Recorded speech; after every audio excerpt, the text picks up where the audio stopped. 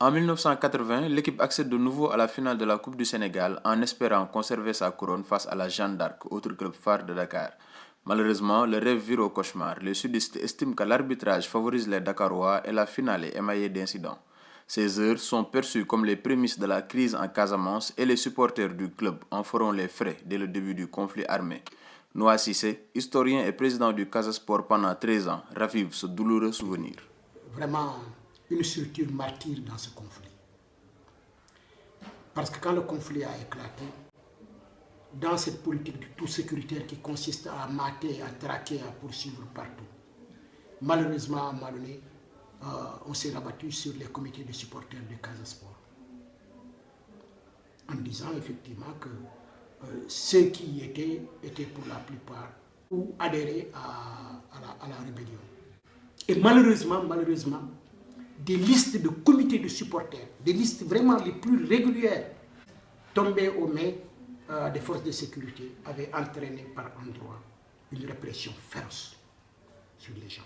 Après cet épisode, le Casasport va connaître une véritable descente aux enfers. Le club plonge en deuxième division et flirte avec la troisième division pendant une quinzaine d'années. Il faudra une mobilisation exceptionnelle des fils de la région sud pour redonner des couleurs au club qu'ils considèrent comme leur identité. Siaka Bodian, secrétaire général du Casasport, se confie au micro de VOA Afrique. Mais nous avons connu des moments difficiles liés à cette crise dite casamançaise. Très souvent, les fils de la Casamance ont été obligés de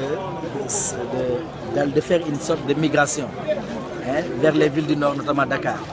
Et à partir de là, ces populations-là qui se sont retrouvées pour le travail n'avaient qu'un seul trait d'union, c'est leur équipe Fagnon quand elle se rendait à Dakar.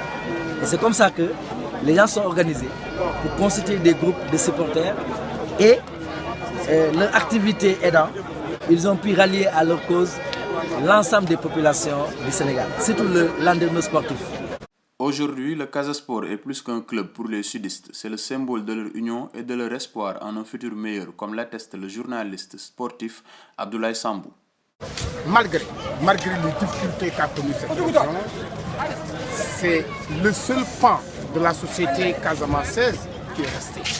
Ça veut dire que depuis les années 80 jusqu'aux années 90, où la crise a été beaucoup plus aiguë ici au niveau de la région, le Casasport est resté un et indivisible.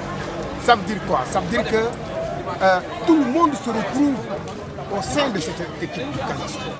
Quand les joueurs jouent, quand l'équipe joue, c'est tout le monde qui vient. Les gens, ils oublient que nous sommes dans une période de crise. Plus de 35 ans après avoir été au centre de la crise en Casamance, le Casasport est devenu un ambassadeur incontournable dans la recherche de la paix. Dans les stades, ces joueurs ont conquis plusieurs titres, dont celui de champion du Sénégal en 2012. En janvier 2016, son comité de supporters s'est vu décerner le trophée du Fair Play par la Confédération africaine de football, confortant ainsi le club dans sa logique pacifiste. À Ziguinchor, Seydina Abba Gueye pour VOA Afrique.